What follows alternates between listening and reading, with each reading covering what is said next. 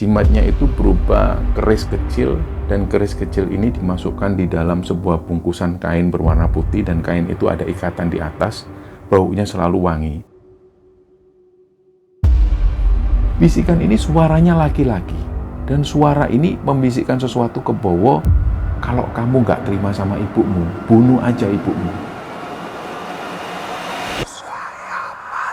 Dan langsunglah saat itu tangan Bowo ini diiris. Apa yang dilihat oleh Bowo itu adalah binatang yang jalan-jalan di dalam tangannya. Ini diiris tangannya dan sampai mengeluarkan darah. Darahnya ini mengucur.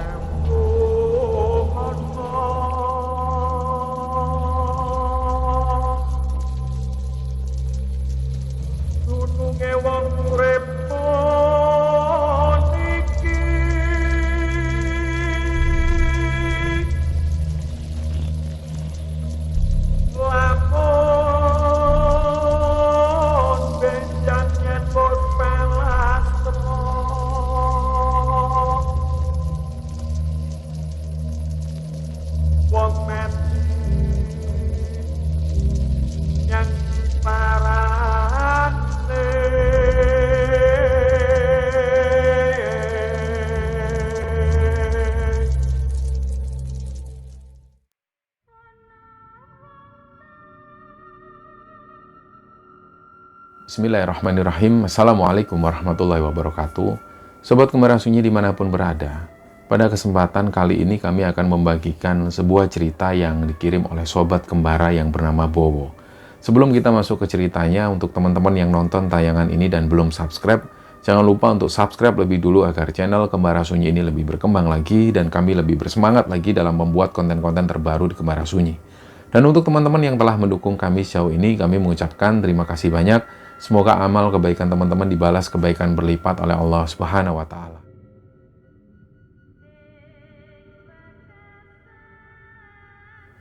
Ya, di episode kali ini kami akan menceritakan sebuah cerita. Cerita ini dikirim oleh Sobat Kembara yang bernama Satrio Wibowo dan nama panggilannya adalah Bowo. Jadi Bowo ini cerita dia itu punya teman. Temannya ini namanya Arifin dan panggilannya Ipin. Dulu di masa-masa kecil, dia ini satu sekolah dengan Ipin. Jadi Bowo dan Ipin itu sekolah di sebuah SD di sana, dan hal itu sampai dia ini duduk di bangku SMA, jadi selalu satu sekolah. Dan selain daripada itu juga, Bowo ini kasihan dengan Ipin. Karena mereka semua tahu, semua orang yang tinggal di kampungnya itu tahu bahwa Ipin ini adalah anak broken home yang orang tuanya nggak tahu kemana. Jadi dia tinggal di sana itu bersama neneknya. Dan ketika duduk di bangku SMA, pada saat itu neneknya Ipin ini meninggal. Jadi pada saat itulah Ipin ini lebih sering sendirian di rumah. Nah, karena orang tua Bowo itu kasihan dengan Ipin. Ketika Ipin ini berangkat sekolah dan sepulang sekolah, ibunya Bowo itu selalu bilang ke Bowo supaya Ipin ini diajak makan ke rumah. Akhirnya itu menjadi kebiasaan. Ipin ini sering makan di rumahnya Bowo, bahkan sampai tidur di sana. Barulah setelah mereka ini lulus SMA, Bowo itu kuliah di Jogja, sedangkan Ipin melanjutkan kerja di kotanya itu. Singkat cerita, pada saat Bowo ini ada di Jogja, dia menjalani kuliahnya itu, dia sudah jarang sekali kontak dengan Ipin. Tapi dia selalu dapat kabar tentang Ipin dari orang tuanya dan juga dari teman-temannya yang ada di sana. Intinya waktu itu, Bowo tahu bahwa Ipin ini kerja di sebuah klub malam. Jadi setiap hari atau setiap malam itu dia berangkat ke klub malam tersebut dan pulangnya selalu subuh hari.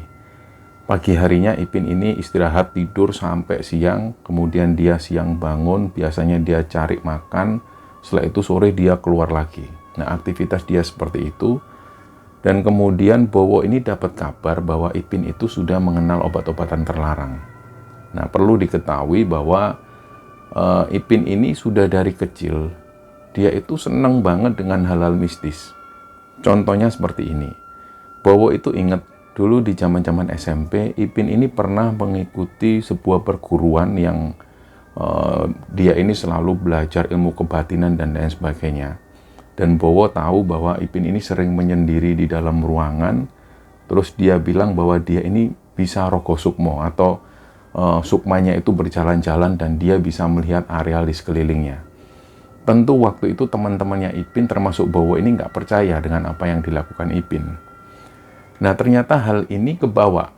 Sampai Ipin ini dewasa, sampai dia kerja itu, hal ini masih kebawa oleh Ipin. Jadi dia itu punya jimat. Jimat ini selalu dibawa kemana-mana. Jimatnya itu berupa keris kecil, dan keris kecil ini dimasukkan di dalam sebuah bungkusan kain berwarna putih, dan kain itu ada ikatan di atas, baunya selalu wangi. Biasanya Ipin itu memakaikan jimatnya itu sebagai kalung, dan kadang juga diletakkan di sakunya. Pokoknya jimat ini selalu dibawa kemana-mana oleh si Ipin. Menurut Ipin, jimat ini bisa melindungi dari mara bahaya. Nah, Bowo waktu itu ingat. Terus dia bilang ke teman-temannya, itu si Ipin apa masih punya jimat itu? Nah, teman-temannya bilang, oh malah semakin parah. Ipin ini malah semakin parah. Semenjak dia bisa cari uang sendiri, dia ini semakin sering liburan keluar kota, dan katanya setiap kali dia liburan keluar kota, dia selalu berkunjung ke tempat-tempat angker. Misalnya, dia menuju ke makam-makam yang dikeramatkan. Di sana itu dia semalaman suntuk dan pulang-pulang selalu membawa sesuatu. Entah itu batu akik, entah itu selembaran kain. Pokoknya dia selalu membawa benda-benda yang aneh. Jadi inilah informasi yang didapatkan oleh Bowo. Dan ketika Bowo ini liburan, dia kembali pulang ke rumahnya. Dia ini nggak sempat ketemu Ipin. Karena Ipin aktivitas sehari-hari padat seperti itu. Ketika siang hari Bowo ingin berkunjung ke teman-teman yang lain, Ipin ini kondisinya masih tidur. Barulah sekitar 3 hari pas Bowo ini ada di rumah, dia sempat ketemu dengan Ipin. Ternyata waktu itu Ipin ini libur kerja. Hari itu hari Rabu, dan kebetulan setiap hari Rabu Ipin ini libur. Dari pagi, dia sudah ada di rumahnya Bowo. Bahkan waktu itu Bowo belum bangun. Dia dibangunin oleh si Ipin. Wo, bangun, wo. Ayo kemana kita? Nah, Bowo ini langsung tanya ke Ipin. Dia ini pengen tanya kabarnya. Wo, jujur ya Wo, karena mungkin mereka ini teman dekat. Jadi Bowo sama sekali nggak ada sungkan. Dia langsung menegur Ipin. Ipin ini ditanyai oleh Bowo. Ipin, tolong kamu jawab jujur ya. Ini aku dapat laporan dari teman-teman kalau kamu itu sekarang pakai narkoba ya. Nah waktu itu Ipin ini nggak ngaku. Setelah Ipin nggak ngaku, mereka akhirnya makan bareng dan mereka keluar bareng jalan-jalan. Barulah pas mereka jalan-jalan, Bowo dan Ipin jalan-jalan, Ipin ini tiba-tiba bilang, iya Wo, aku sekarang itu pakai narkoba, tapi aku narkoba ini nggak pernah beli. Aku dikasih sama pelanggan-pelangganku di klub malam. Nah, justru hal inilah yang membuat Bowo itu semakin khawatir. Karena Ipin ini mendapatkan barang-barang narkoba itu tidak dengan cara membeli, artinya dia dapatkan gratis. Malah menurut Bowo ini akan menjadi bahaya ke depannya. Dan Bowo ini sudah dapat informasi dari teman-teman semua bahwa Ipin ini konsumsinya sudah terlalu parah. Jadi dari situ Bowo cuma mengingatkan ke Ipin, gini Pin, kalau kamu terus-terusan pakai kayak gini, kamu tahulah konsekuensinya.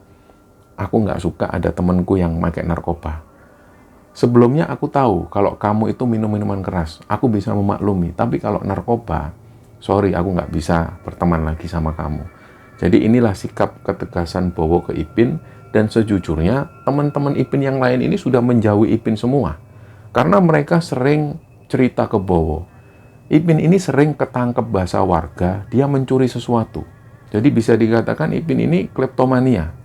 Ketika dia melihat barang-barang yang bisa dicuri, dia ambil. Dan dia sering ketahuan oleh warga, tapi karena warga itu kasihan dengan Ipin, warga ini melepaskan. Nah, dari situlah Bowo ini khawatir dengan masa depannya Ipin. Singkat cerita, Bowo kembali ke Jogja, dia menyelesaikan kuliahnya, dan setelah Bowo selesai kuliah, dia kembali pulang ke rumah dan dia kerja di kotanya itu. Selama Bowo kerja, dia masih sering ketemu Ipin tapi hanya sekedar menyapa. Nah, satu ketika Ipin ini nyari keberadaan Bowo. Dia mencari seharian, tapi karena waktu itu Bowo lagi kerja. Jadi Ipin ini nunggu di rumah Bowo sampai sore hari. Begitu sorenya Bowo datang, Bowo juga kaget, "Loh Pin, kamu ngapain kok di sini? Apa udah dari tadi?" Nah, Ipin menjelaskan, "Iya, aku nunggu kamu dari tadi. Ini ada berita penting." Nah, Bowo itu melihat raut wajah Ipin ini benar-benar serius. Kayak dia ini membawa berita besar. Memangnya kenapa? Barulah Ipin ini ngajak Bowo menuju ke satu tempat, dan di situ hanya mereka berdua. Terus Ipin cerita, "Wo, aku minta maaf ya, Wo. Aku itu ngelihat ibumu itu selingkuh sama Pak Taufik." Lah, yang dimaksud Ipin, Pak Taufik ini adalah seorang guru ngaji di sana. Mendengar hal ini, tentu Bowo waktu itu langsung kalut pikirannya. "Kamu dapat info ini dari mana, Pin?" "Loh, aku ini lihat sendiri, aku nggak dapat info." Nah, waktu itu Ipin ini ngomongnya secara serius, seolah-olah dia benar-benar menjadi saksi mata. Yang ada dalam pikiran Bowo, mana mungkin ibunya selingkuh, apalagi Pak Taufik ini adalah seorang guru ngaji yang dikenal orangnya sangat soleh sekali, dan sama sekali nggak pernah bersentuhan dengan wanita. Kalau ketemu dengan perempuan atau ibu-ibu, beliau nggak mau megang tangan. Jadi Bowo ini semakin bingung, apa iya? Akhirnya setelah mendapat kabar ini, Bowo tanya lagi ke Ipin, "Pin, kamu serius kamu dapat berita ini?" "Loh iya, Wo, ngapain aku bohong ke kamu, Wo?" Akhirnya setelah itu mereka kembali pulang. Ketika sampai di rumah, Bowo itu ngelihat raut wajah ibunya. Seperti biasa yang dilihat oleh Bowo. Bowo ini melihat ibunya dari kecil adalah seorang ibu yang sangat baik sekali. Kayaknya seolah-olah nggak mungkin apa yang dibicarakan Ipin itu kayaknya nggak mungkin. Jadi Bowo di situ nggak percaya kalau ibunya ini benar-benar selingkuh. Dan sampai malam harinya ketika Bowo ini tidur, dia ini kebangun karena dia mimpi. Dan mimpinya itu benar-benar buruk. Dia melihat ibunya itu berjalan dengan Pak Taufik ini. Jadi Bowo itu langsung kebangun, dan pagi harinya sebelum dia berangkat kerja, dia langsung mengutarakan hal ini ke ibunya. Jadi waktu itu setelah bapaknya Bowo ini berangkat kerja, ibunya masih ada di sana, Bowo ngomong ke ibunya, "Bu, Bowo ini mau ngomong sesuatu." Ibu jawab sejujur-jujurnya, "Ibu jangan bohong ke Bowo." Nah, di situ ibunya juga kaget. "Emang kenapa, Nak? Kok kayaknya serius banget?" Akhirnya Bowo cerita, ada informasi bahwa ibu ini selingkuh dengan Pak Taufik. Langsung ibunya kaget. "Innalillahi wa inna ilaihi raji'un, astagfirullah. Kamu ini dapat kabar dari mana? Kenapa kok tiba-tiba ada berita seperti ini? Ini siapa yang menyebarkan kabar seperti ini?" Bowo nggak mau cerita. "Sudahlah, Bu, Bowo ini dapat info terpercaya. Ada saksi mata yang ngelihat ibu itu jalan bersama Pak Taufik."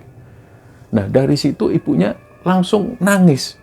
Ibunya ini nangis kayak bener-bener dia ini nggak percaya kok bisa ada berita semacam ini.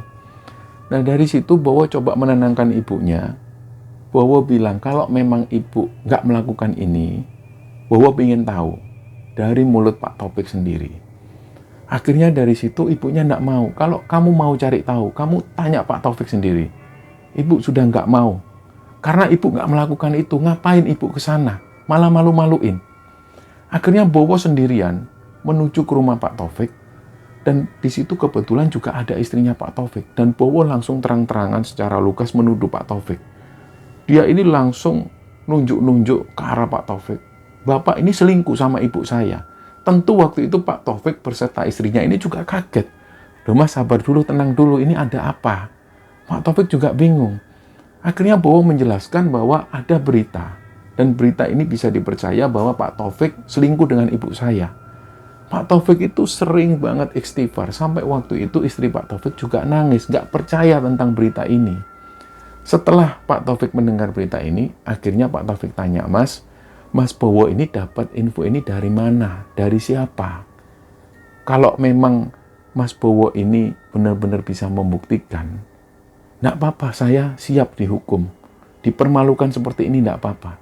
Tapi kalau ini fitnah, saya bisa menuntut orang yang menyebarkan berita ini. Nah, mendengar Pak Taufik ngomong seperti itu, Bowo ikut-ikutan takut. Akhirnya Bowo menjelaskan, "Pak, saya dapat kabar ini dari teman saya sendiri, Ipin. Astagfirullahaladzim. Barulah Pak Taufik ini cerita. Karena memang selama ini Bowo itu kuliah di Jogja. Dia nggak banyak tahu tentang keseharian Ipin ini. Pak Taufik cerita, Mas, si Ipin ini Mas, dia ini sudah terpengaruh narkoba. Dan mentalnya itu agak rusak.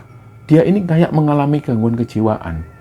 Saya ini bahkan sudah ngomong ke Pak RT dan beberapa warga supaya jangan membiarkan Ipin ini berkeliaran. Dia ini sudah mengalami gangguan jiwa.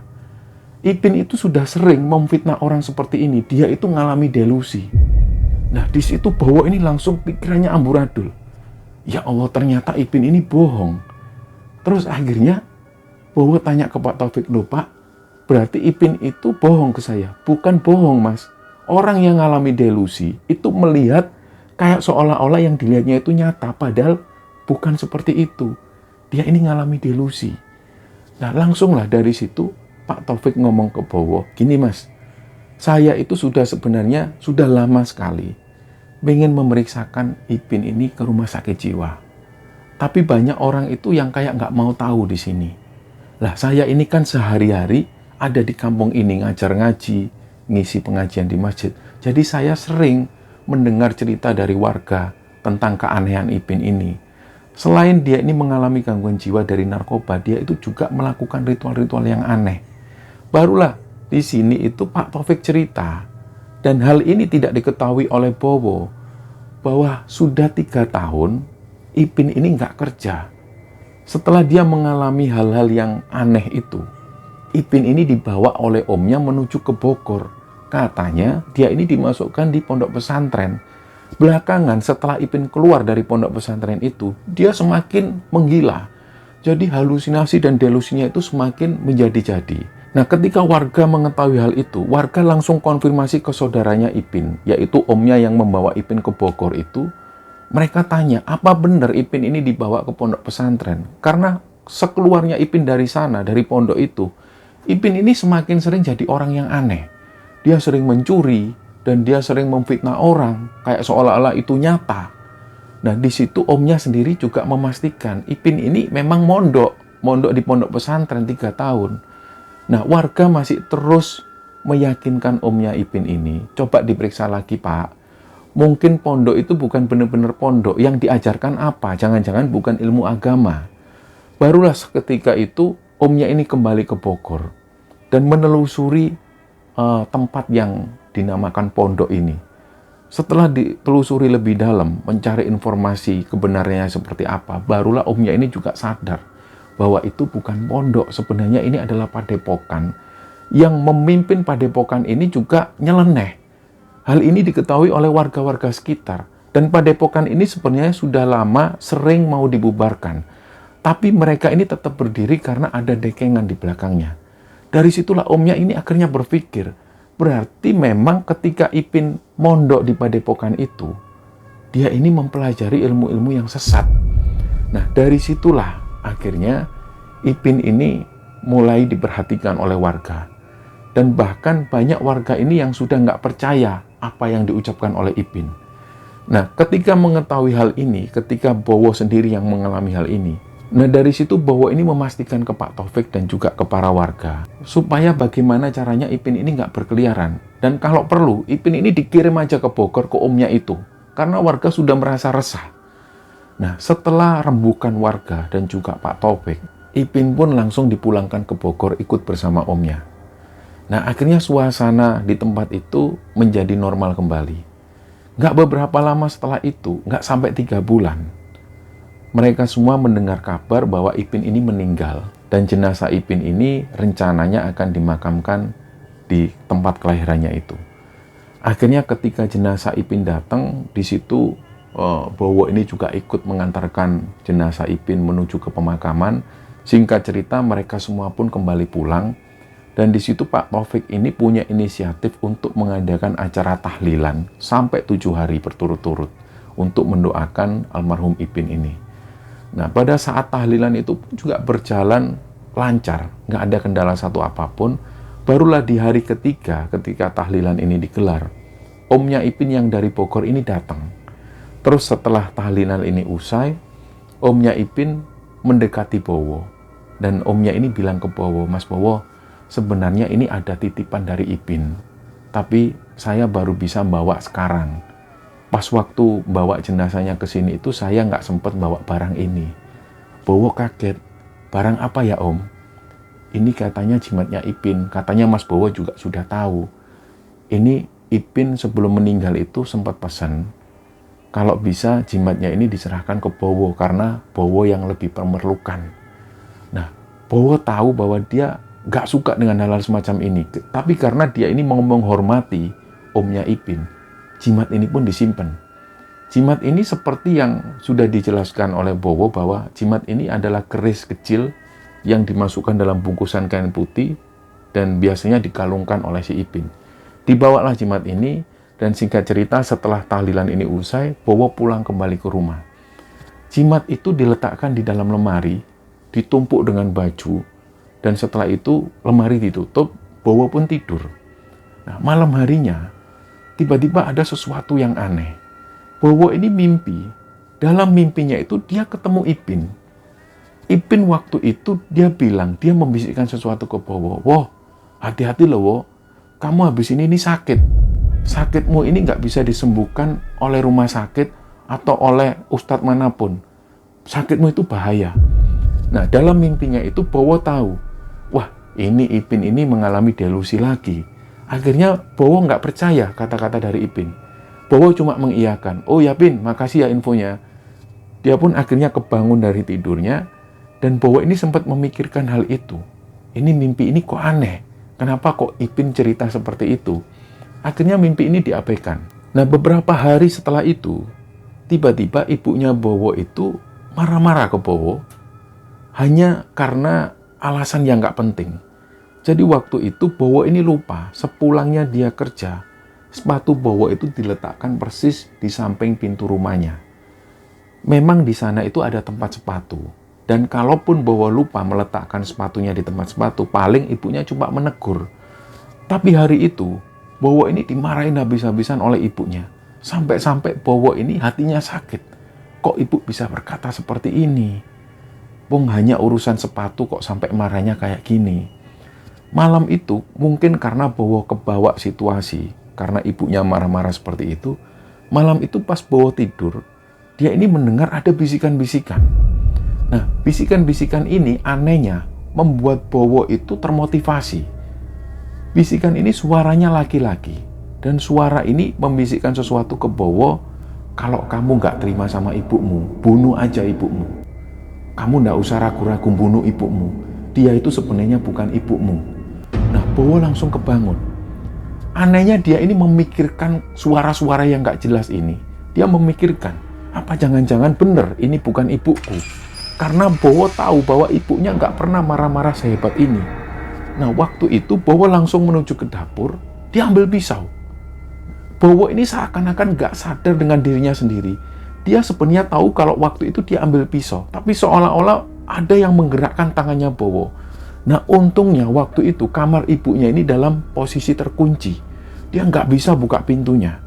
Akhirnya Bowo kembali, pisau ini dilemparkan, dan dia kembali tidur. Pagi itu ketika Bowo bangun, setelah dia mandi, dia ingat malam itu dia ini mendengar suara aneh, dan dia ambil pisau, dia mau nusuk ibunya.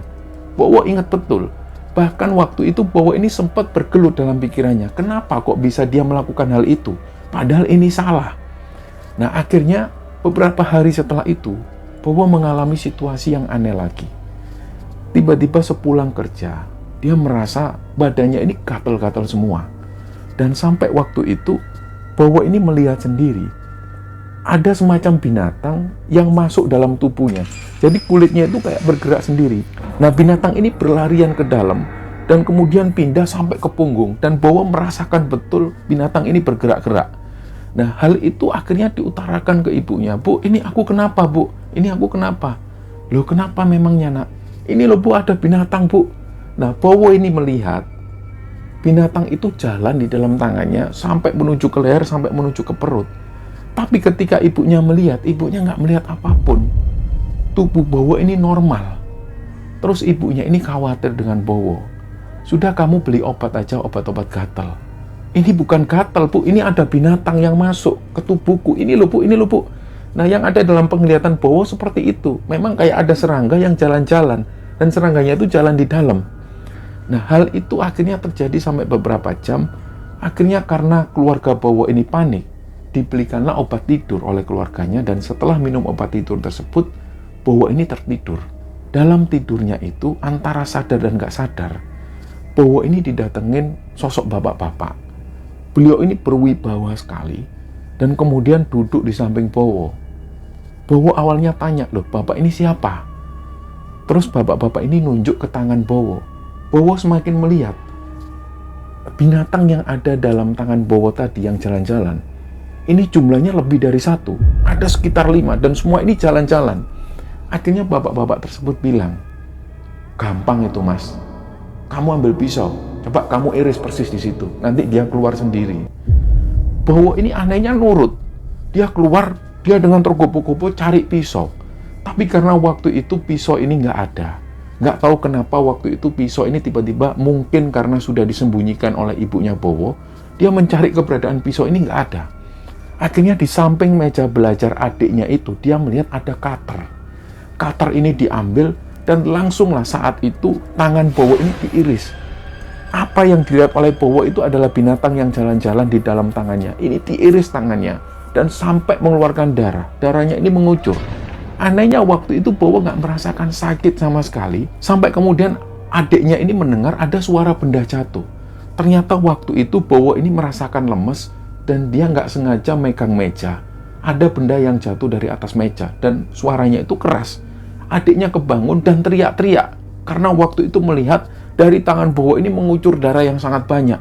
Akhirnya sesegera mungkin Bowo dilarikan ke rumah sakit dan dia sudah nggak sadarkan diri. Barulah waktu itu Bowo siuman, dia melihat di situ ada orang tuanya, ada adiknya. Bowo cuma tanya, Bu, aku ini kenapa, Bu? Bowo ini kenapa? Sedangkan ibunya ini cuma nangis. Ibunya sendiri nggak tahu. Ibu ini nggak tahu kamu itu kenapa kok tiba-tiba melakukan ini. Kok kamu itu nekat itu kenapa, nak? Karena keluarga Bowo ini tahu betul Bowo ini orangnya seperti apa. Bowo ini menjalani kehidupan yang sangat normal. Dan ketika Bowo melakukan hal ini, tentu keluarganya ini juga agak heran. Barulah singkat cerita, setelah Bowo ini dipulangkan dari rumah sakit, dia menjalani istirahat di rumah. Dan selama dia menjalani istirahatnya di rumah itu, dia sering mengalami kejadian-kejadian yang ganjil lagi. Jadi dia itu setiap kali didatengin suara seperti kereta kencana. Suaranya awalnya seperti lonceng, lenceng. Nah, Bowo ini mengartikan bahwa itu adalah suara kereta kencana. Dia akhirnya menuju ke depan. Ternyata di depan rumah itu nggak ada apapun. Tapi dia masih bisa mendengar ada suara gemerincing lonceng, cering. Nah, dia ini mencoba mencari sumber suara ini. Dan ternyata sumber suaranya itu ada dari dalam kamar mandi. Bowo itu berjalan sendiri menuju ke arah kamar mandi. Dan dia memastikan bahwa di dalam kamar mandi itu ada orang. Suaranya memang berasal dari sana. Cering.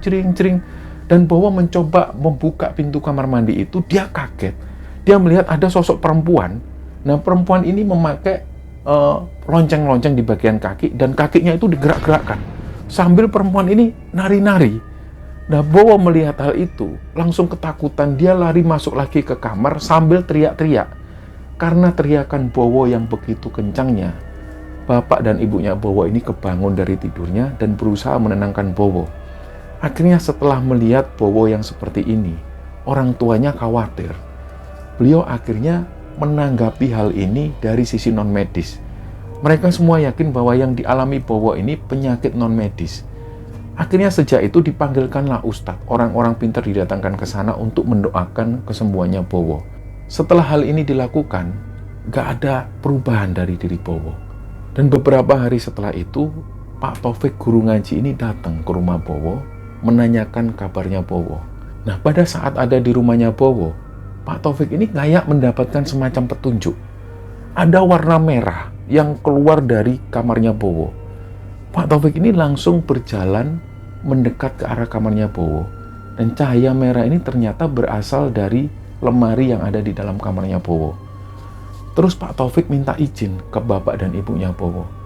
Pak, mohon maaf, di dalam lemari itu Mas Bowo nyimpen apa? Kok rasanya aneh ya? Saya merasa gemeter banget. Kayak saya ngerasa nggak nyaman. Nah, karena kedua orang tua Bowo ini juga nggak tahu bahwa Bowo menyimpan jimat yang dari Ipin itu. Orang tuanya Bowo bilang, nggak tahu ya Pak, nggak ada apa-apa itu Pak Ustadz. Mohon maaf, mohon izin, boleh nggak saya ngecek di sana? Oh, monggo Pak Ustadz. Akhirnya Pak Taufik ini membuka lemarinya Bowo. Seketika itu juga baju-baju ini dibuka oleh Pak Taufik, dan di situ Pak Taufik melihat ada bungkusan kain putih. Barulah di situ Pak Taufik tanya, Bapak, Ibu, ini apa? Ini punyanya Mas Bowo atau gimana? Lah orang tuanya Bowo juga nggak tahu. Nggak tahu Pak, Bowo nggak pernah nyimpen hal-hal seperti itu.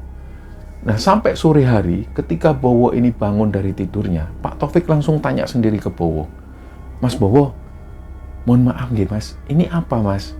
Mas Bowo dapat dari mana ini? Bowo waktu itu menjawab dengan posisi yang masih lemas. Bowo jawab itu dikasih omnya Ipin. Dulu itu dipakai jimat Pak sama Ipin. Mohon maaf ya Mas, benda ini harus saya musnahkan. Mas Bowo ikhlas. Ya ikhlas saja Pak, saya sebenarnya nggak suka hal-hal seperti itu. Ya sudah, malam ini juga benda ini saya bawa, harus saya musnahkan. Inilah penyebab Mas Bowo itu mengalami kejadian-kejadian yang aneh di sini. Ini saya bawa nggih Mas. Bowo pun hanya mengangguk, dan Pak Taufik akhirnya membawa benda ini. Nah, nggak tahu diapakan oleh Pak Taufik, entah dibuang ke laut atau dikuburkan di tanah. Yang jelas setelah benda ini dibawa keluar dari rumah Bowo, keesokan harinya Bowo itu merasa badannya segar. Dia berangkat kerja dengan semangat. Bahkan waktu itu ibunya ini juga heran. Loh, kamu ini benar-benar sehat toh nak? Iya Bu, aku sudah benar-benar sehat Bu. Mereka semua tidak percaya karena berhari-hari lamanya Bowo itu hanya terbaring di rumah. Badannya lemas dan dia selalu mengigau. Tapi hari itu, pagi itu, Bowo ini langsung fit. Dia semangat untuk berangkat kerja. Dan sore harinya pada waktu Bowo ini pulang, Bowo ini normal. Dia kembali normal seperti biasa. Di situ keluarga Bowo ikut senang. Mereka semakin percaya bahwa benda inilah yang menyebabkan Bowo itu mengalami kejadian-kejadian yang aneh. Bahkan Bowo ini sempat mengalami halusinasi yang parah. Nah, dari situlah ada pelajaran yang sangat besar sekali. Bahwa Bowo ini sudah nggak mau lagi bertemu orang-orang yang aneh semacam Ipin. Dia menghindari orang-orang semacam itu. Orang-orang yang selalu menyimpan jimat. Dan dia bilang bahwa jimat ini sebagai penyelamatnya. Bowo semakin nggak percaya dengan orang-orang semacam ini. Karena efeknya luar biasa. Bahkan ketika Bowo hanya menyimpan jimatnya Ipin itu, Bowo juga menerima efek buruknya. Dan bahkan Bowo ini juga disinyalir berusaha bunuh diri juga. Bertahun-tahun setelah itu Bowo menjalani kehidupan seperti biasa. Dan sampai pada akhirnya rumah Ipin yang ada di sana yang sudah kosong lama itu akan dijual. Dan pada saat transaksi, omnya yang dari Bogor itu menuju ke sana untuk menyelesaikan jual beli rumahnya. Nah, di senggang waktunya, omnya Ipin ini sempat cerita ke beberapa orang. Dan termasuk cerita ini diceritakan ke orang tuanya Bowo. Bahwa ternyata Ipin itu meninggal dengan cara bunuh diri. Mohon maaf, dia gantung diri di kamarnya. Hal ini baru terungkap setelah bertahun-tahun kemudian. Sebenarnya omnya Ipin ini malu untuk mengabarkan berita tersebut. Ini juga menjadi alasan kenapa Ipin harus dimakamkan di kota tersebut, tidak dimakamkan di Bogor. Karena omnya Ipin tentu juga masih malu dengan tetangga-tetangga yang ada di sana. Dan semenjak itulah Bowo ini semakin mendekatkan diri ke Tuhan. Dia semakin menjaga dirinya dari hal-hal kemusyrikan semacam itu. Nah, cerita inilah teman-teman yang dibagikan oleh Bowo kepada Kemara Sunyi. Dan semoga kisah ini bisa menghibur teman-teman semua, dan lebih-lebih semoga kisah ini bisa kita ambil hikmah dan bisa kita ambil pelajaran di dalamnya. Mohon maaf kalau ada salah-salah kata. Wassalamualaikum warahmatullahi wabarakatuh.